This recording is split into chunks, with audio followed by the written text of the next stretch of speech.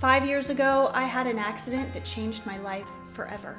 I was getting ready for a meeting with a potential investor for my company, From Molly with Love, but I never made it. Instead, I woke up in a CT scan machine in the ICU with blood coming out of my ear, not knowing where I was or how I got there. I had fallen down the stairs that morning and I suffered a severe traumatic brain injury. Now, I was extremely lucky to even survive the accident, but life was hard for years afterward. I had to downsize my fast-growing business, so basically give up on my dream, and the injury caused my divorce. I lost 40 pounds because I was constantly nauseous and nerve damage had destroyed my hunger signals. I had no energy to complete routine life tasks. I even projectile vomited at my chiropractor's office. Sorry about that. I had to run out of more than a few grocery stores because I couldn't handle the overstimulation of the lights, the sounds, and the smells. I was anxious and depressed all of the time. I had near daily panic attacks.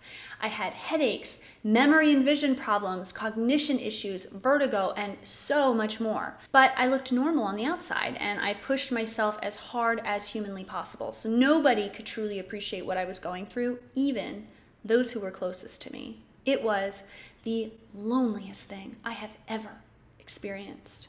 And then in late 2020, my neurologist did another round of scans and told me that I had permanent brain damage.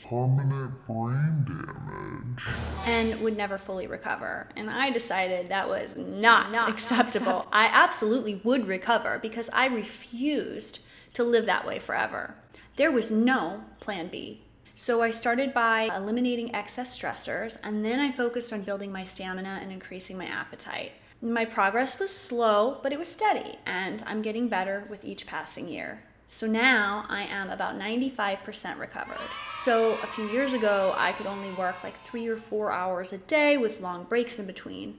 Today, I work a full-time job in management consulting in addition to running my business on the side. A few years ago, walking a handful of street blocks was pretty hard for me. But now I'm lifting weights in the gym 4 times a week. And a couple of years ago, 2019, 2020, I spent most of my time on the couch or in the bed, and today I live a full and active life. Recovering from this injury and rebuilding my life was the hardest thing I have ever done. But now I know exactly what I'm capable of. The gift of life and health no longer feels abstract, and I don't take anything for granted. This isn't what I asked for, but it made me a better and stronger person. If you've experienced tragedy, you know that these experiences can leave us numb, angry, or even hopeless. And it is really important to take your time and grieve those experiences. You can go to Grief Island, just don't build your house there. So here are some ideas for how you can use tragedy to change your life for the better. The first is to reframe your thinking. Viktor Frankl was the author of the bestseller Man's Search for Meaning, and he survived 4 different concentration camps in World War II, including Auschwitz.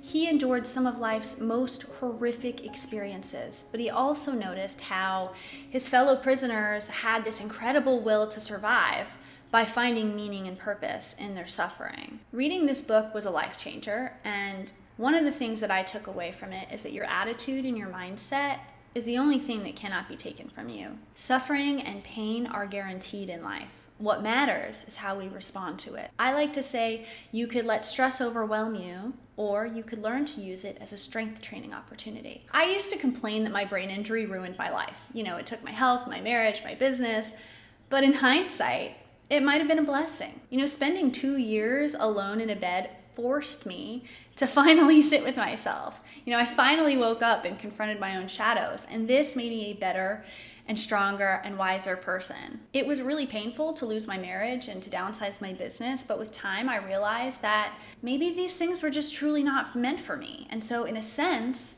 the accident cleared out everything that was inauthentic in my life and gave me a stronger foundation and a clean slate upon which I could build something better. Now, I love this quote from philosopher Seneca, and it says, "You have power over your mind, not outside events. Realize this and you'll find strength."